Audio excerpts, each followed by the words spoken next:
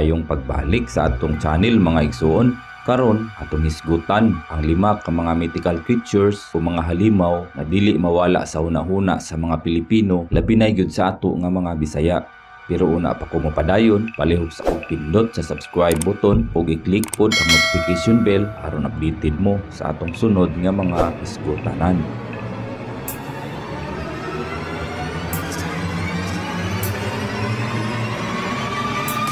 Naay daghan o klase-klase nga mga mythical creatures o mga halimaw nga atong nabalitaan og natungog. Labi na jud kung maghisgot na og hadlok ang atong mga lolo og lola. Sure jud ta nga makapanlimbawt jud og balhibo.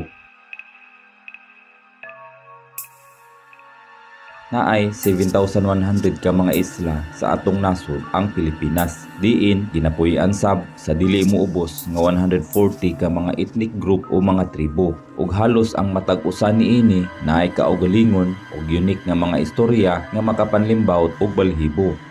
Ug mukuha lang ta og 5 karon alang sa atong video. Ug posible ang uban sa sunod na nato nga mga videos.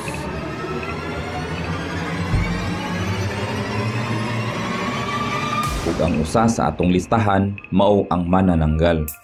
Ginatuuhan nga mura kinig sama kanato nga mga tawo kung atong tan-awon. Pero panahon sa kagabhion, labi na sa full moon, naa kini abilidad nga motanggal sa iyang lawas, bulag sa iyang hawak. Ug ginatuuhan pod nga naa kini sila'y lana nga ginahaplas aron matanggal ang ilang lawas, bulag sa ilang hawak. Ug diri sab nakuha ang ilang pangalan, ang manananggal, ikan sa word nga tanggal. Ug ang paborito kuno nila nga kanon mao ang mga bag-ong natawo nga mga bata o mga fetus nga naa pa sa sulod sa tiyan. Ug aron ila kining mahimo, mangita kini sila og gamay nga mga bangag sa atok. Diin diri nila iagi ang ilang hait nga dila padulong sa tiyan sa buntis nga babayi. Ug diri hinay-hinayon nila og suksok ang dugo kuyog sa fetus sulod sa tiyan. Ug sumala pa pod aron mapatay ni nga halimaw, kinahanglan pangitaon ang kaputol niini ug butangan kini og asin aron dili nakatugpa ug mamatay. Ug isip tambag sa mga tigulang nga kinahanglan butangan og pinutol nga mga sanga-sanga sa buongon ang mga kilid-kilid sa atop sa balay, labi na jud ni adtong balay sa mga buntis aron dili nakatugpa ang mga manananggal.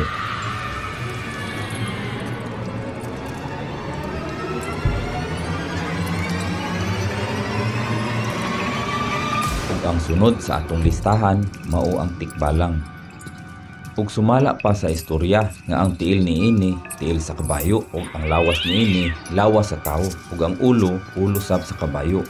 Ug kini nga halimaw kasagaran daw nato makita sa mga lasang, labi na jud sa panahon sa kagabhion.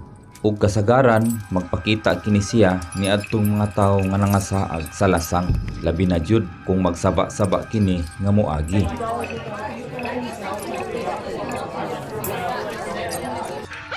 Kung babae, iya daw kini nga luguson aron makapaliwat siya nga sama sa iya nga tikbalang. Ug kung lalaki, iya pud kining tagaan og kalibog sa hunahuna ug patuuhon sa mga butang nga dili tinuod. Ug posible nga makabuang pa daw sa usa ka tawo.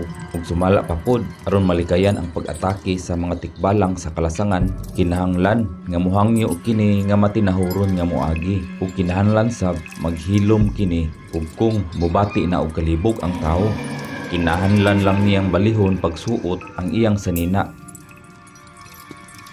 Ug sumala pa pod sa mga katigulangan nga kung mag-ulan init na daw tikbalang nga gikasal. Ug sumala pa pod nga kung makakuha ka sa buhok sa tikbalang, makabaton kag anting-anting o agimat.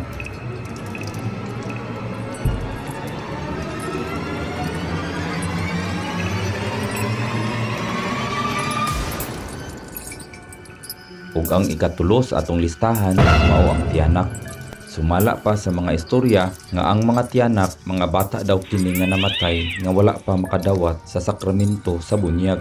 Ug sumala pa pod nga pagkahuman sa kamatayon, moadto sila sa usa ka lugar sa impyerno nga ginganlan og limbo, lugar nga padulngan ni adtong nangamatay nga wala mabunyagi. Ug mobalik sila sa kalibutan isip bag-o nga mga daotang espiritu. O ginaingon pod nga kasagaran sa mga tiyanak nagpuyo kini sila sa kalasangan. Kung makakita sila og tawo, mausab ang ilang itsura sa usa ka normal nga bata ug magpaatik-atik sila og hilak aron bisan si kinsa man ang makakita kanila bation kinig kaluoy. Ug kung kuhaon sila sa biktima, diri mugawas na og balik ang tinuod nila nga hitsura. Ug diri na pod nila ilang kanon ang ilang biktima. Ug sumala pa nga kini nga istorya mahitungod sa tiyanak nagsugod kini sa Tibuli Legend nga usa ka lugar sa South Cotabato. Tungod kay ang mga Tibulis na ilhan sa pagbitay sa ilang mga bata ngadto sa kahoy nga namatay pagkahuman sa pagkatawo.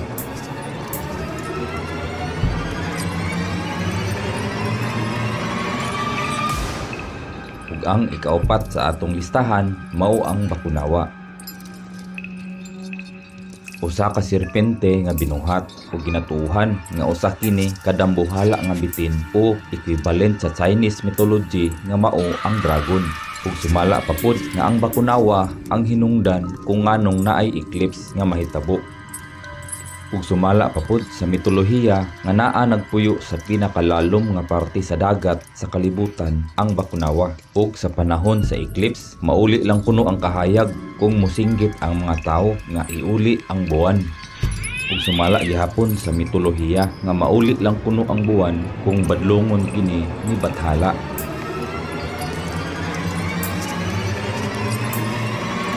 Ug ang ikalima ug ang kinalasan sa atong listahan mao ang kapre.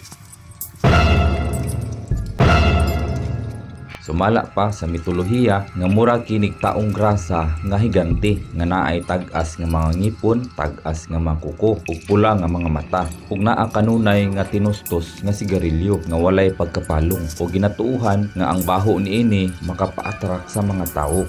Ug sumala pa pod nga anaa kini magpuyo sa dagko kaayong mga punuan sa mga kahoy kapareha sa akasya, mangga ug mga baliti ug wala kini siyay sinina gawa sa bahag.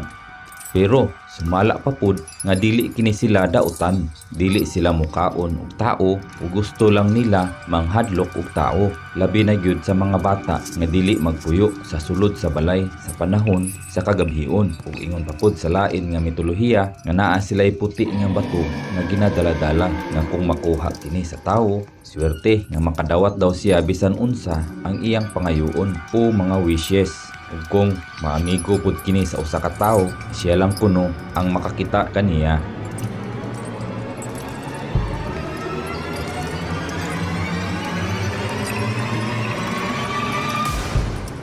Tinuod kaha ni silang tanan, ubo nga lang sa dili mahimutang nga mga hunahuna sa tawo. Ug diri lang taman. Daghan kayong salamat sa pagtan-aw.